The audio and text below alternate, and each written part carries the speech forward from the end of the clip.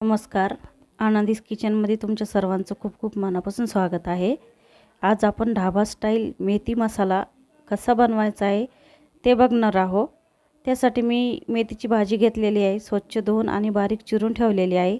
2 छोट्या आकाराचे कांदे घेतले आहे, 1 छोट्या आकाराचं टमाटर घेतलेले आहे, 7 ते 8 लसणाच्या पाकळ्या, 1 अद्रकचा तुकडा घेतलेला आहे. पॅनवर मी घातलेले आहे शेंगदाणे भाजायला. शेंगदाणे छान भाजून घेतले आहे मी. त्यामध्ये घातलेलं आहे बारीक तुकडे केलेलं खोबरं, ते पण छान भाजून घ्यायचं आहे.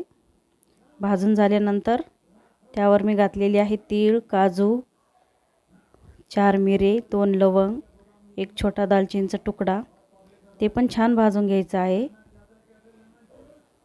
त्यावर मी घातलेला आहे कांदा. लालसर रंग होईपर्यंत भाजण्यासाठी मी घातलेला आहे तेल, लसणाचा तुकडा, अद्रक, टमाटर, हे पण छान मिक्स करून भाजून घ्यायचं आहे. मिक्सरच्या जारमध्ये मी घातलेलं आहे खोबरं, शेंगदाणे, तीळ, काजू, गरम मसाला, ते पण बारीक कूट करून घेतला आहे. टमाटे आणि कांदा, लसूण, अद्रकची पेस्ट करून घेतली आहे. कढई ठेवली आहे, त्यावर मी घातलेला आहे 2 चम्मच तेल, 1 चम्मच जिरे घातलेले आहे, 3 लाल मिरच्या घातलेल्या आहे, 3 ते 4. छान पेस्ट शिजवून घ्यायची आहे. त्यामध्ये मी घातलेला आहे लाल तिखट, धने पावडर, गरम मसाला, घरचा मसाला बनवलेला, किचन किंग मसाला घातलेला आहे.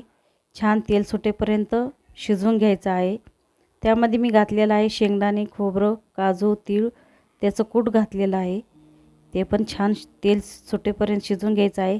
चवीनुसार घातलेलं आहे मीठ, हळद, त्यामध्ये बारीक चिरलेली मेथी घालायची आहे. छान मिक्स करून घ्यायचं आहे. एकदम मऊ होईपर्यंत मिक्स करून घ्यायचं आहे. लगेचच मेथीची भाजी मऊ होती. त्यामध्ये मी घातलेलं आहे पाणी. मिक्सरचं भांडं तेच धुवून घातलेलं आहे. छान मिक्स करून घेतलं आहे. त्यावर ठेवलेलं आहे झाकण. 8 ते 10 मिनिट छान भाजी शिजली आहे आपली. खूप छान झालेली आहे. कोणी मेथीची भाजी खात नसेल तर या पद्धतीची नक्की बनवा.